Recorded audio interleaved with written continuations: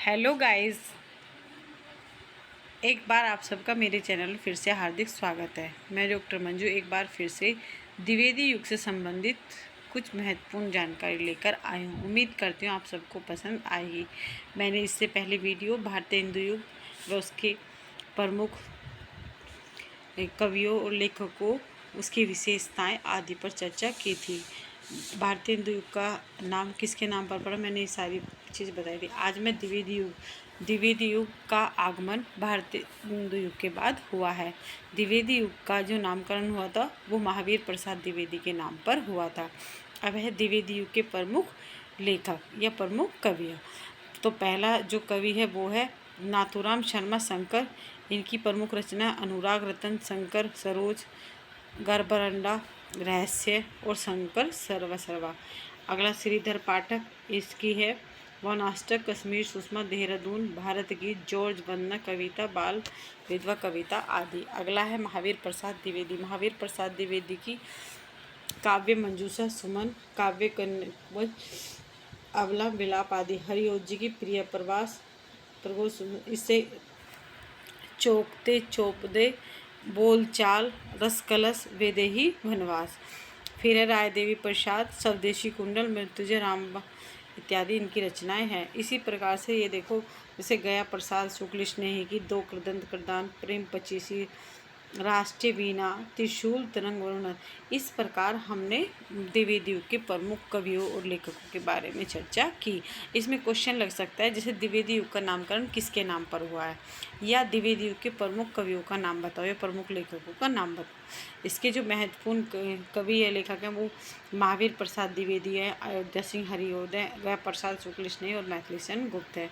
मैथिली शरण गुप्त की प्रमुख रचनाएं इस प्रकार है: रंग में भंग 1906 में हुई थी, जयद्रथ वध, भारत भारती, पंचवटी, झनकार, साकेत, विष्णुप्रिय, यशोधरा, द्वापर और जय भारत इत्यादि इनकी प्रमुख रचनाएं हैं। इसमें क्वेश्चन लग सकता है, जैसे बेटा कि मैथिली शरण गुप्त की दो रचनाओं के नाम बताओ, या मैथिली शरण गुप्त किस युग के कवि हैं, तो यह द्विवेदी युग के कवि हैं। विष्णुप्रिय इनकी प्रमुख रचनाएं हैं। फिर है राम नरेश त्रिपाठी, इनकी चारि मिलन, पथिक, सौपन, मानसी, बालमुकुंद गुप्त स्फुट कविताएं हैं। इस प्रकार एक क्वेश्चन लाला भगवानदी इस लोचन प्रसाद पांडे की प्रमुख रचनाएं भी प्रवासी, मेवाड़ गाथा, महानदी, पद पुष्पांजलि इत्यादि हैं। द्विवेदी युग का प्रारंभ कब से कब तक हुआ था, देखो द्विवेदी युग को 1900 से 1920 तक माना जाता है। इसमें ऐसा भी क्वेश्चन लगता है, द्विवेदी युग की प्रमुख पत्रिका कौन सी, तो सरस्वती पत्रिका है। कल मैंने आपको भारतीय हिंदू युग कराया था, तो उसका नामकरण किसके नाम पर हुआ, तो उसका नामकरण जो हुआ है वो हुआ है भारतीय हिंदू हरिश्चंद्र के नाम पर, और द्विवेदी युग का महावीर प्रसाद द्विवेदी के नाम पर हुआ है। अब द्विवेदी युग 20वीं सदी के पहले 2 दशकों का युग है। इन्हें ना तो दशकों के कालखंडों ने हिंदी कविता को श्रृंगारिकता से राष्ट्रीयता, जड़ता और प्रगतिता, रूढ़ियों से स्वच्छंदता के द्वार पर ला खड़ा किया था। ये इसकी प्रमुख विशेषताएं हो सकती है।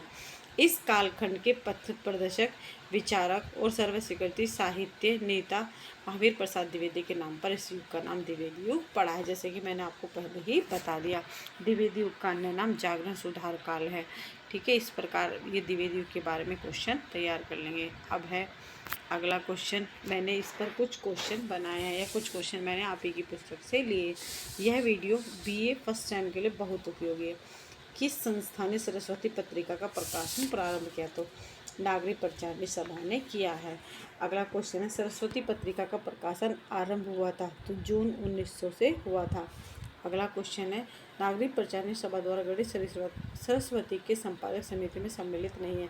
तो देखो ये क्वेश्चन भी बन जाता है कि नागरिक प्रचारणी सभा का किसने किया था, तो श्याम सुंदर दास, कार्तिक प्रसाद खत्री और राधा कृष्ण दास जी थे। अगला क्वेश्चन है, सन 1930 ईस्वी में सरस्वती के संपादक थे, तो महावीर प्रसाद द्विवेदी थे। अभी मैंने ये बताया था, जागरण सुधार काल के नाम से किस युग को जाना जाता है, तो द्विवेदी युग को जाना जाता है। अगला और क्वेश्चन है इस पे, द्विवेदी युग के कवि हैं। देखो मैंने अभी सारे कवियों के नाम आपको पढ़ के सुनाए थे ना, बताया था ना, अयोध्या सिंह उपाध्याय, हरिओद, रामचरित उपाध्याय, गया प्रसाद शुक्ल स्नेही, और ये सभी मानवतावादी अनाथ कविता के रचयिता हैं, तो सिया राम शरण गुप्त हैं। अति खल की संगति करने से जग में मान नहीं रहता, लोहे के संग में पड़ने से घन के मार अनल सहता। तो ये इसकी जो प्रमुख ये पंक्ति किस कवि की है, तो ये रामचरित उपाध्याय जी की हैं। उदो शतक किस युग की एक काव्य है, तो यह द्विवेदी युग का, और ये किसका है, ये जगन्नाथ रत्नाकर जी का है।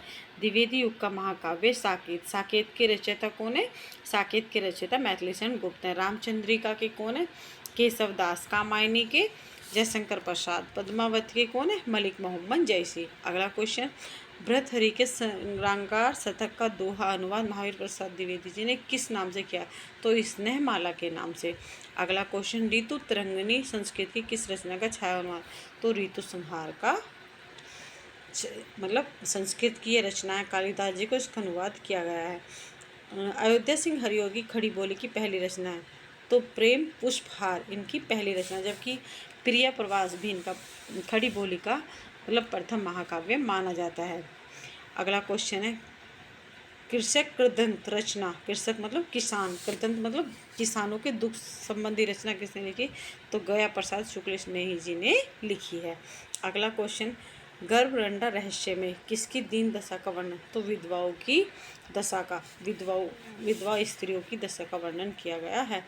समस्या में प्रवीण कवि थे, यह समस्या पूर्ति कवि किसे कहा जाता है, तो नाथुराम शर्मा शंकर को कहा जाता है। अब समस्या पूर्ति क्या होती है, समस्या पूर्ति का मतलब है जो हमारे साथ में अविच्छिन्न जो मतलब समस्याएं उन पर रचना करना है समस्या पूर्ति। समस्या पूर्ति का मतलब है जो समाज में फैली हुई मतलब समस्याएं हैं, जैसे जो भी समस्या तत्काल में चलती उससे संबंधित काव्य या साहित्य की रचना करना ही समस्या पूर्ति कहलाता है। अब है खंड काव्य। खंड काव्य क्या होता है भाई, खंड काव्य का मतलब होता है जिसमें मतलब किसी एक पाठ का या एक खंड का वर्णन किया गया हो। जैसे देखो इसमें प्रिया प्रवास अयोध्या सिंह हरिओद की, साकेत मैथिली शरण गुप्त की, और वैदेही वनवास किसकी, अयोध्या सिंह हरिओद की, ये है एक खंड काव्य। और जय भारत किसकी, ये मैथिली शरण गुप्त जी की है।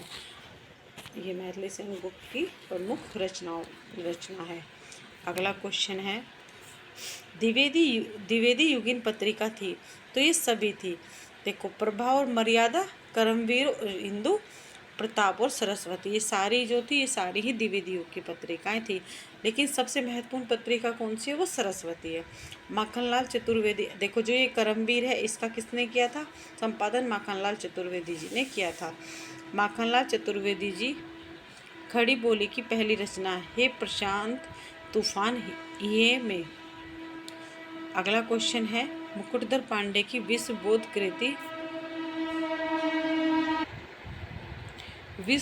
कृति में सहानुभूति प्रकट की गई है, तो दलित एवं दीनों के प्रति, दीन मतलब गरीबों के प्रति। छायावादी प्रवृत्ति का उन्मेष किस रचना में मिलता है, तो रूप का जादू में, मर्दित मान में और क्षमा प्रार्थना में। छायावाद का कौन सा कवि द्विवेदी युग के से काव्य रचना कर रहा था, तो ये सभी। देखो एक क्वेश्चन इसमें ऐसे भी लगता है कि छायावाद के प्रवर्तक कौन है, तो जयशंकर प्रसाद। छायावाद के 4 स्तंभ कौन है, तो जयशंकर प्रसाद, सूर्यकांत त्रिपाठी और सुमित्रानंदन पंत जी छायावाद के, और महादेवी वर्मा छायावाद के 4 स्तंभों के बारे में मतलब 4 स्तंभ माने जाते हैं।